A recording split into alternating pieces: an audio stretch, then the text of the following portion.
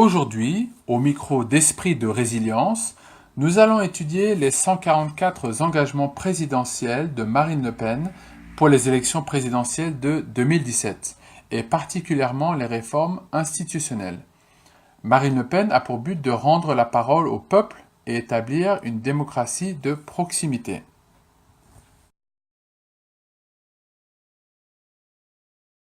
Le 7 mars 2017, la semaine dernière, Marine Le Pen a dit à la presse que si elle était élue, elle quitterait le pouvoir en cas de victoire du non au référendum qu'elle a l'intention d'organiser sur la sortie de la France de l'euro.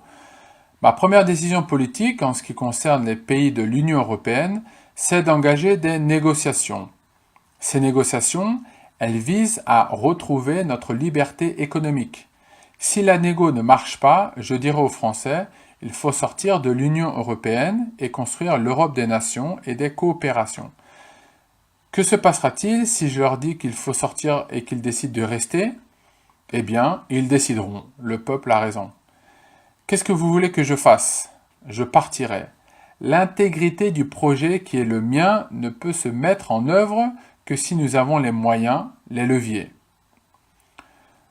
Tout de suite après les élections législatives de juin, Marine Le Pen proposera 2 référendums incluant l'inscription dans la Constitution de l'interdiction du communautarisme, la défense et la promotion du patrimoine historique et culturel, la suppression des régions et des intercommunalités, la réduction du nombre des députés à 300 et des sénateurs à 200, le référendum d'initiative populaire, l'élargissement du domaine d'intervention du référendum, l'obligation d'utiliser ce moyen pour réformer la Constitution, l'autorisation de la priorité nationale, l'introduction de la proportionnelle intégrale à l'Assemblée nationale avec une prime majoritaire à 30%, la suppression du chapitre sur l'Union européenne et la supériorité de la loi française sur les traités européens et les droits dérivés antérieurs. Dans son programme présidentiel, Marine Le Pen entend conserver 3 niveaux d'administration, les communes, les départements et l'État, et en supprimer 3 autres, les intercommunalités, les régions et l'Union européenne. Mais cela pourrait aussi toucher d'autres couches administratives, telles que les communautés de communes, les communautés d'agglomération, les métropoles et les exceptions, qui correspondent au final à une note plutôt salée pour une action peu efficace. Cette proposition institutionnelle avait été demandée par Marine Le Pen à sa nièce, Marion Maréchal Le Pen, dans le courant de l'année dernière. Il faudrait rappeler ici que lors des présidentielles de 2012, Marine Le Pen n'était pas entrée dans les détails des questions institutionnelles, mais en avait fait une critique claire. La décentralisation a consisté en une multiplication des chefferies dirigées par des roitelets entourés d'une cour pléthorique. Les régions se prennent trop souvent pour de petites républiques. Une concurrence malsaine se développe sur les territoires au détriment des agents et des usagers perdus dans le maquis des compétences croisées. Loin de ménager l'argent des contribuables, le développement autoritaire et bureaucratique de l'intercommunalité conduit à la multiplication des postes de fonctionnaires, recrutés parfois dans des conditions douteuses. En 2014, lors du débat sur la nouvelle organisation territoriale, le Front National voulait déjà le renforcement des compétences départementales en matière de gestion des services publics locaux. Le FN avait aussi bataillé contre le redécoupage territorial, critiquant le modèle régionaliste de cheval de Troie du fédéralisme ultralibéral de l'Union européenne, en préparant le démantèlement de l'État-nation et de l'État-providence. La dernière réforme territoriale a encore accru les pouvoirs des régions et des intercommunalités au détriment des communes et des départements.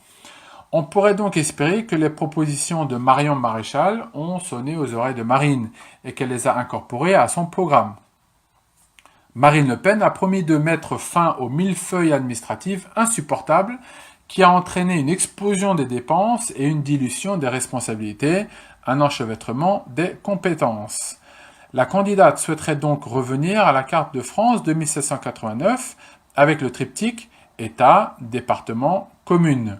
La disparition des régions devrait donc permettre à l'État de rester central et incontournable et de diminuer le nombre de fonctionnaires territoriaux. En effet, supprimer les conseils régionaux reviendrait à supprimer 80 000 agents. Les régions se retrouveraient sans élus et sans compétences et deviendraient des instances de coordination entre les départements qui pourraient se réunir en syndicats interdépartementaux. Supprimer les régions correspond aussi à une volonté de réhabilitation du département et de ses compétences historiques, ainsi que d'une rationalisation de la répartition des compétences. Celles des régions iraient vers l'État et les départements. Pourquoi, par exemple, laisser les lycées à la charge des régions alors que les collèges sont, eux, à la charge des départements? En opposition à ce projet, nous avons Christian Troadec, maire de Carhaix, et candidat régionaliste à la présidentielle de 2017, qui a fait savoir que l'hostilité de Marine Le Pen à l'égard des langues et cultures régionales était connue. Elle vient d'ajouter une nouvelle saillie à l'arsenal délirant de son programme en préconisant purement et simplement la fin des régions. Exit donc la Bretagne, le Pays Basque, la Corse, la Savoie, l'Alsace, déjà mise à mal par la réforme territoriale de Hollande. Ce même Christian Troadec veut aussi alléger le millefeuille administratif en supprimant les départements. Pour ce candidat, l'administration va de la communauté de communes, directement à la région en supprimant les départements pour rejoindre l'État et l'Europe. Car pour nous, la région reste l'échelon le plus pertinent pour bien gérer les territoires et leurs multiples différences ou spécificités. Pour Gilles Penel, président du groupe Front National au Conseil régional de Bretagne, la volonté de suppression de la région en tant qu'entité administrative ne doit pas être interprétée comme la disparition de la Bretagne, des Pays de la Loire ou de la Normandie en tant que région historique, mais bien en tant qu'échelon administratif dans le souci d'économie financière, de promotion de la démocratie locale et de cohérence d'action dans les politiques publiques. Il précise aussi que la Bretagne n'a pas attendu la création du Conseil régional en tant que collectivité locale en 1986 pour exister. Elle est le fruit d'une histoire, de traditions, d'une culture et d'une identité que seul le Front National défend. Cette proposition de Marine Le Pen va à contre-courant de toutes les politiques menées par la droite et la gauche depuis 50 ans visant au renforcement de l'échelon régional. Nicolas Sarkozy entendait supprimer les départements pendant son quinquennat. Manuel Valls, en 2014, voulait la même chose. François Fillon préférerait, s'il était élu, supprimer les départements en les faisant fusionner avec les régions. Il y a donc un choix très significatif dans les programmes proposés par les candidats. Celle de la disparition des départements ou celle de la disparition des régions. Pour le Front National, cette réforme serait un gage de simplification, en supprimant les doublons et en répartissant clairement les compétences. Un gage de proximité, en donnant plus de poids à des élus que les Français connaissent, comme les maires. Cela permettra de revaloriser le rôle et le statut des maires des petites et moyennes communes. Un gage finalement d'économie, notamment sur les indemnités d'élus et les frais de fonctionnement. Cela aura aussi pour conséquence une baisse des impôts locaux dans les délais brefs. Pour les FN, l'argument sera donc un avant-tout économique. Mais pour l'UPR, le parti de François Asselineau, la question des régions est bien plus grave que cela. C'est un enjeu civilisationnel et il en va de la survie de la France en tant que puissance économique, culturelle, militaire dans le monde. Nous ferons une vidéo à ce sujet pour en parler plus en détail. La candidate du Front National souhaiterait organiser un référendum en vue de réviser la Constitution et de conditionner toute révision future du texte à un référendum. Elle souhaite également élargir le champ d'application de l'article 11 de la Constitution. Marine Le Pen veut créer un véritable référendum d'initiative populaire sur proposition d'au moins 500 000 électeurs. L'utilisation de l'article 11 dans le cadre de la révision de la Constitution fait encore débat chez les juristes.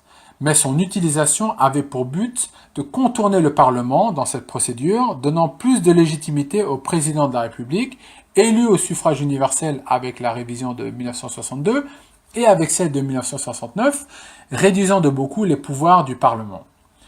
Dans la version de 2008, le référendum devient une initiative partagée, dépendant des articles 11 et 61 de la Constitution française. Un cinquième des membres du Parlement, soit 185 députés ou sénateurs, sur un total de 925, propose un texte de loi. Après vérification par le Conseil constitutionnel de la constitutionnalité du projet dans un délai d'1 mois, le ministère de l'Intérieur met en œuvre le recueil des soutiens dans un délai de 9 mois. Cela nécessite un dixième des électeurs inscrits sur les listes électorales, soit environ 4,6 millions de Français. Si la loi n'a pas été examinée au moins une fois par l'une des deux chambres du Parlement, dans un délai de 6 mois, le président de la République la soumet au référendum.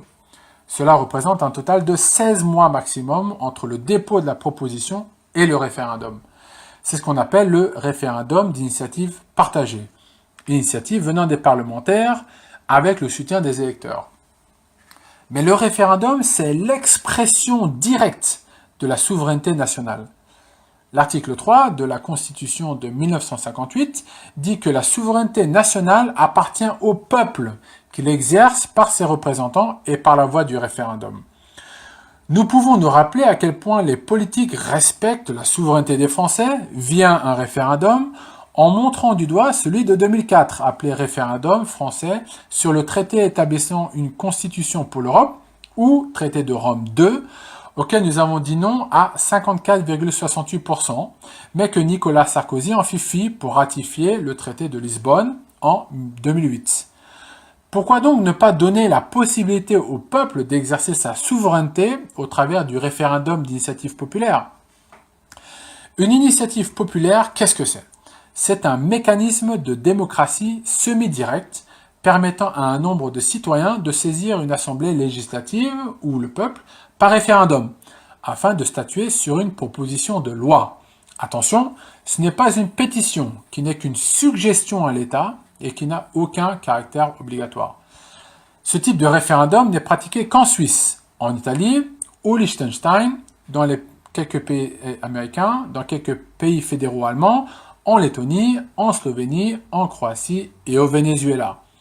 Le référendum d'initiative populaire se caractérise par le fait qu'il faut recueillir un certain nombre de signatures d'électeurs, ce nombre étant fixé à l'avance. Dans les pays où ce référendum d'initiative populaire est appliqué, pour éviter la lassitude des électeurs et limiter les coûts, ces référendums sont regroupés lors d'un même scrutin, voire le même jour que les élections. En Suisse, par exemple, les référendums sont organisés 4 dimanches par an, durant lesquels le citoyen peut être amené à voter à la fois sur des référendums fédéraux, cantonaux ou communaux et des élections locales ou fédérales. Le texte soumis à ce référendum peut être une proposition de loi qui doit être conforme à la Constitution, afin de ne pas heurter le principe de la hiérarchie des normes. Si elle a pour but d'abroger une loi, ce sera un référendum abrogatif. Si le texte a pour but de modifier la Constitution, le nombre de signataires sera en général plus élevé que pour proposer une loi. Le texte peut combiner ces deux normes en modifiant la Constitution et les lois en concordance.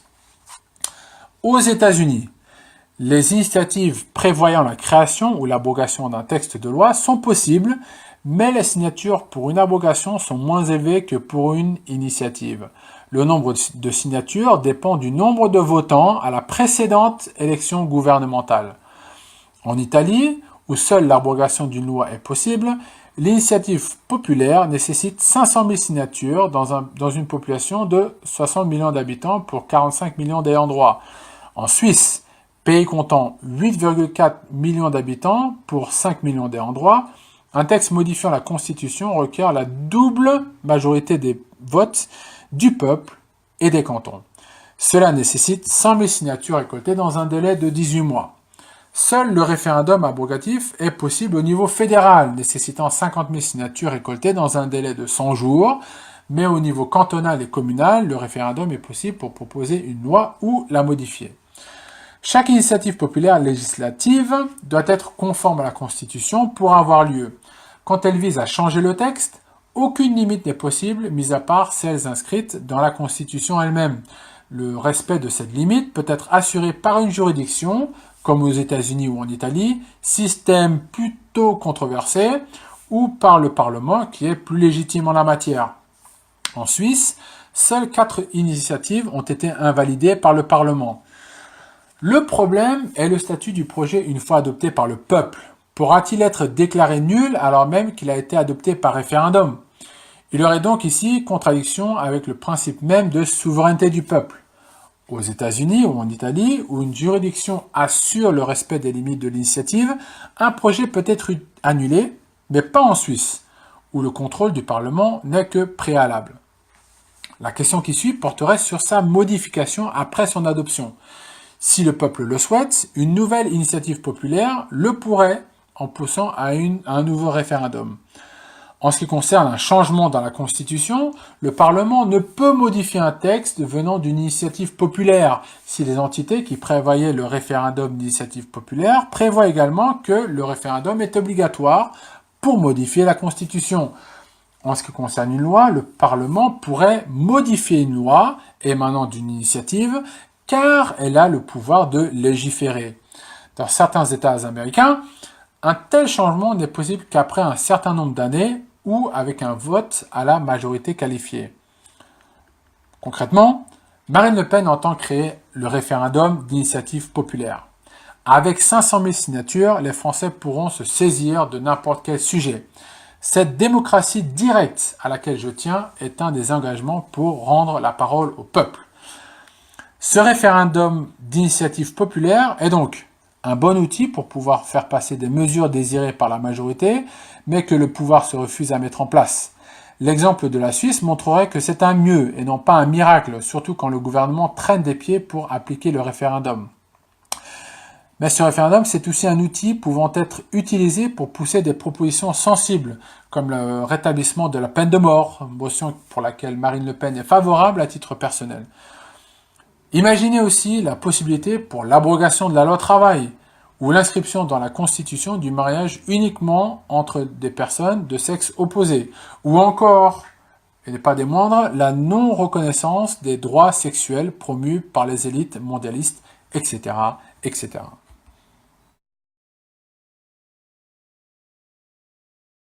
Marine Le Pen entend permettre la représentation de tous les Français par le scrutin proportionnel à toutes les élections, notamment à l'Assemblée nationale, où la proportionnelle sera intégrale avec une prime majoritaire de 30% des sièges pour la liste arrivée en tête sur une liste nationale et un seuil de 5% des suffrages pour obtenir des élus. Cette prime devant servir à ce que les membres de l'Assemblée retrouvent le sens de l'intérêt national. Elle s'est régulièrement exprimée, comme en début 2014, pour la fin du Sénat et le non-cumul des mandats.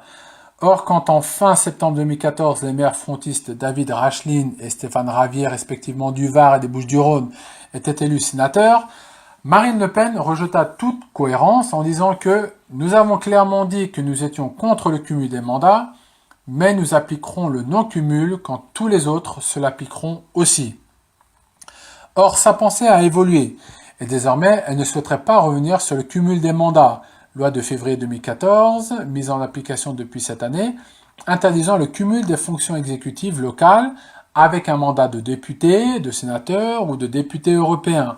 Elle voudrait désormais faire une exception quant aux sénateurs. Car le Sénat, c'est le représentant des territoires. Et je veux conserver ce lien pour que le Sénat soit l'expression de la pensée, des préoccupations des territoires. Des sénateurs qui ne seraient pas des élus locaux, ça créerait une déconnexion préjudiciable. Mais ce n'est pas le cas pour les députés, car ils sont les députés de la nation. Elle souhaite également abaisser le nombre de députés à 300 contre 577 aujourd'hui, et le nombre de sénateurs à 200 contre 348 aujourd'hui. En 2012, Marine Le Pen avait défendu le passage à 750 parlementaires. Pour elle, beaucoup d'élus pourraient être économisés. La diminution du nombre de parlementaires doit être inscrite dans la Constitution. Mais voici peut-être une première contradiction dans le programme de la candidate du FN.